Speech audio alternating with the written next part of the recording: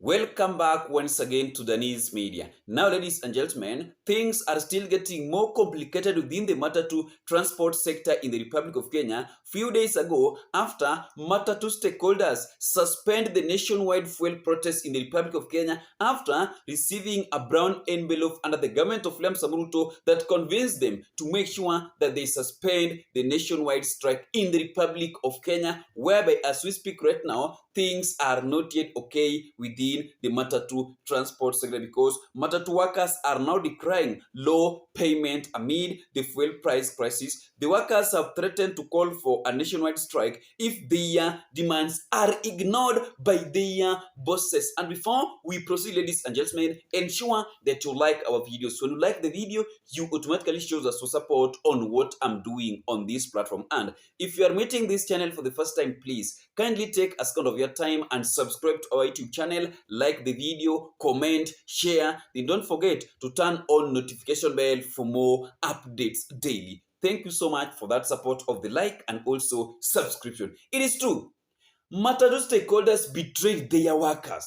How comes nyinyi mnaenda huko kwa rais, mnaagree na rais, mnapewa pesa, then mnasema ati mambo iko sawa, mambo iko shwari. Wetu tunasikia wamepewa kwa kitu alafu wanatuharibia maneno si mzuri. Wacha tupate viongozi ambao wanatusaidia kwa ile kazi ambayo tunafanya. Isiwe kwamba wanaenda wanasikizana na serikali huko sisi wenyewe tunabaki. Wakenya wako kuongezwa mshahara. How do you expect Matatu workers to operate on the ground? Because wakijaribu kuongeza bus fare, Wakenya wanalia. Na hizo magari lazima wazifuel. Nyinyi pia ikifika jioni mnataka pesa. How do you expect those people to give you people money? Muongeze mshahara basi, because wamesema that kama hautawaongeza mshahara, hao pia watakuwa na strike in the Republic of Kenya. Matatu workers are now decrying low pay amidst the fuel price crisis. Matatu workers, including drivers and conductors, are blaming Matatu owners for ignoring their opinion in the fuel price negotiation between the state and the owners. The workers have threatened to call for a nationwide strike if their demands are ignored. Here's NTV's Hilda Kipto with more. Transport activities have fully resumed in the country after the Matatu strike. But workers in the Matatu sector claim that the wages they earn is way below the expected amount. Now waajiri wamekwama na sisi. They are saying we have to recover their money to cover pesa yao, lakini kukava pesa yao inakuwa shida cause ya vile kuko saizi. The workers are worried about the execution of their day-to-day activities, stating the difficulties they go through after the fuel price hike, attributing the struggles to their bosses. Napata hata gari zingine haziamki, gari zimelala kwa parking, kuna mavita za uko na deni ya mafuta umebakisha offload, nakosana hata na mwenye gari, unaona badala hivyo naacha tu gari inakaa parking. Customer kuna charge. Customer hajaongezewa mshahara, mahali anatoka. Hata sisi wenyewe ndio tumewavefa kidogo, tumeongezea 10 bob. Kama tukuna pepa 80 tunapewa 90. Matatu workers power. They have criticized their employers for failing the transport sector by accepting the government's proposal on fuel prices while still expecting much from the daily returns. Wameamua kwamba wao pesa zao watazichukua.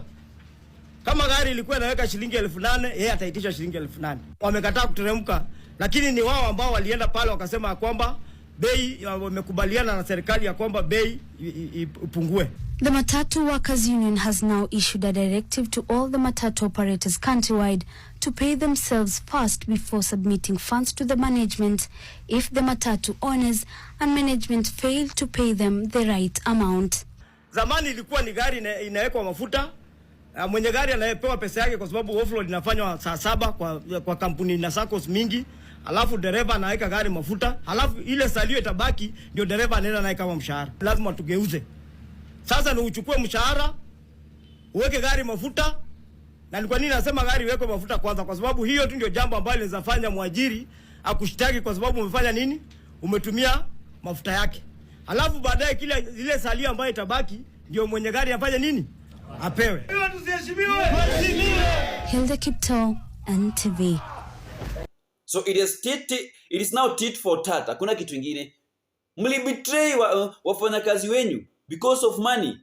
Mlianza tu vizuri. with all due respect, sijui mara nini, kumbe ni pesa tu ndio mlikuwa mnataka. Wetu tunasikia wamepewa kwa kitu alafu wanatuharibia maneno si mzuri.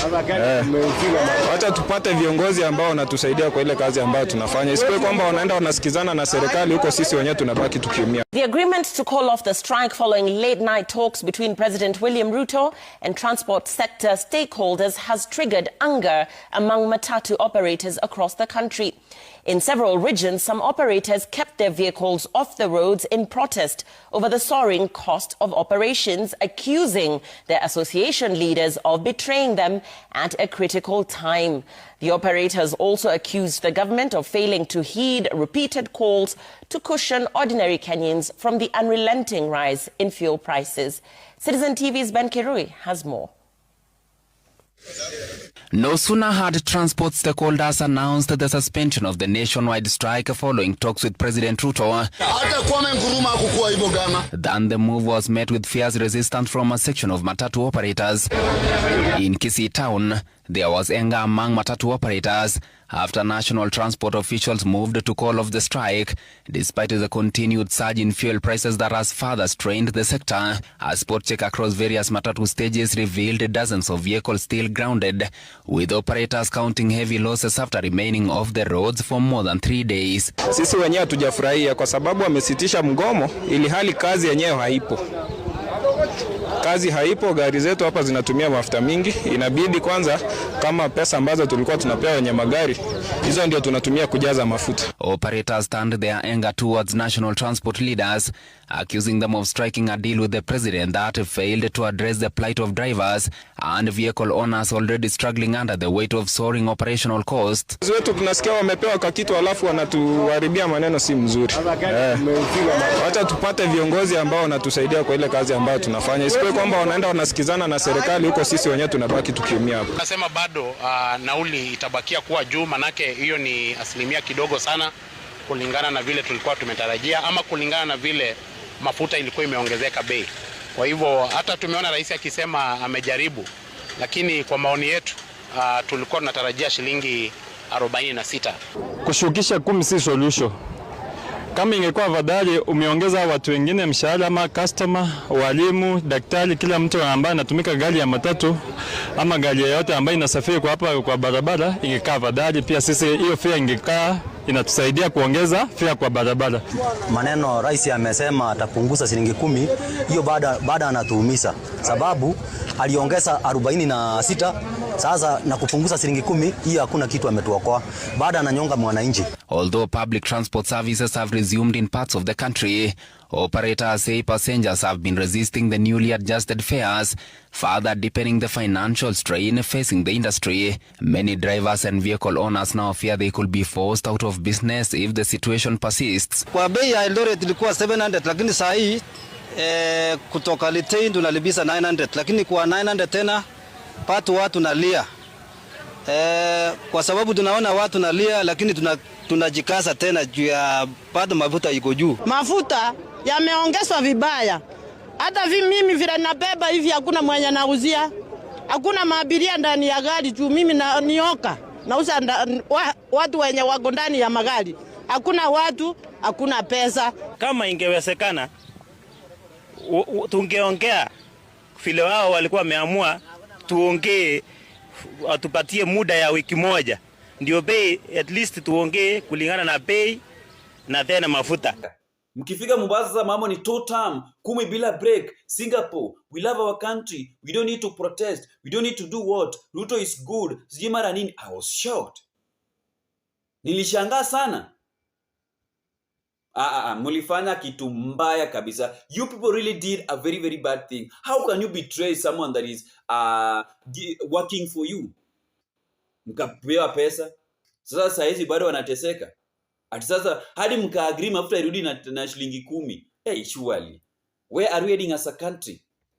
Yani right now, if anything bad is happening towards Kenyan citizen, that thing is being silenced by money. Watu wanapiga tu kelele, pesa ikishatoka hivi hakuna kitu kingine tena. Mlijitokeza vizuri hadi Eric Omondi akashangaa akasema what is happening? Sasa naona hiyo kitu imeisha. So the government of William Samoei Ruto is now celebrating after convincing you people and agree to work with them closely na mkakususpend hiyo mambo ya kustrike. Do you really know that mungeenda kustrike, kutoenda barabarani kubeba wananchi wa Kenya, saizi mafuta ingekuwa imerudi chini. But hamko mnataka hiyo, mlikuwa mnataka mkule pesa na serikali. Sasa mnaona Kenya mmefanyia wafanyakazi wenyu. They are now struggling to get money. They are now struggling to fuel those buses. They are now struggling to feed their family members. Because mafuta imerudi, mafuta iko juu. Na nyinyi pia mnataka walete pesa mzuri ikifika jioni. Hizo magari pia zinafueliwa.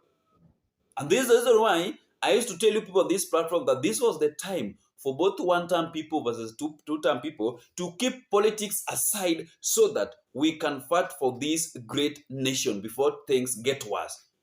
Because fuel is everything. Mafuta ikipanda, kila kitu imepanda.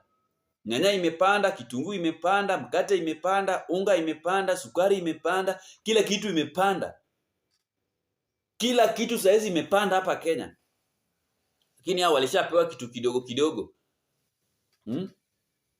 Wakabetray wafanya kazi yao. Me, I support them. They should demand good payment. Hey, don't feel bad when these people are demanding payment because mlikuwa mnataka hivyo. Si nyinyi ndio mlienda mkachukua pesa kwa rais. Baada ya kuchukua pesa mkabetray wafanya kazi wenu. Yet the agreement was that hakuna mambo ya kuongea. Mambo ilikuwa kuongea ilikuwa ni urudishe mafuta chini. Because nyinyi yani you don't even see that since the independent, this is the first time that diesel is high than petrol. Hamuoni since independent in Kenyan history for the first time 242 214 then mna agree that irudi tu na 10 bob. I was shocked. Yani pesa saizi hii nchi yetu ya Kenya inaraniwa na pesa. Hey, is that how you want to move as a country? Is that how we are going to make this country? I'm just wondering, what did we do really? What did we really do? What is happening? This country need a lot of prayer before 2027 general election. Thank you so much, and may God bless you for taking your time to listen to our updates concerning to how things are still getting more complicated within the Matatu sector. A few days ago, after Matatu stakeholders betrayed Kenyans alongside Matatu workers amid the fuel price that was only reduced by 10 bob, yet Kenyans are still suffering on the ground because Ruto did not increase their salary. Ruto did not create job opportunity. Hakuna kazi, hakuongeza mshahara watu wafanyikazi wa Kenya. Kotu, Fraser Atwoli is just silent, not even talking about this issue. So I'm just wondering what is happening in this country of Kenya. People like Atwoli should be fired, should resign. They are just there earning salary, but hakuna Kenya wanasaidia nayo wananchi. Because 1 month ago, during a public holiday in Western region, the secretary of Kotu, the secretary of Kotu, Francis Atwoli, was recorded campaigning for Ruto instead of defending for workers so that workers can be added salary, can be paid on time. Yeye alikuwa anaongelea tu mambo ya siasa, 2 term, 10 bila break. I don't know what is happening in this country of Kenya, but maybe one day, one time, things gonna change. We're gonna have a better leadership where Kenyan demands can be heard, where we don't need to go to the street to protest so that the government can listen to our demands and or any other things in this country of Kenya. Tukutane kwa video itakayofuata, wapenzi watazamaji wa Daniz Media. Bye bye.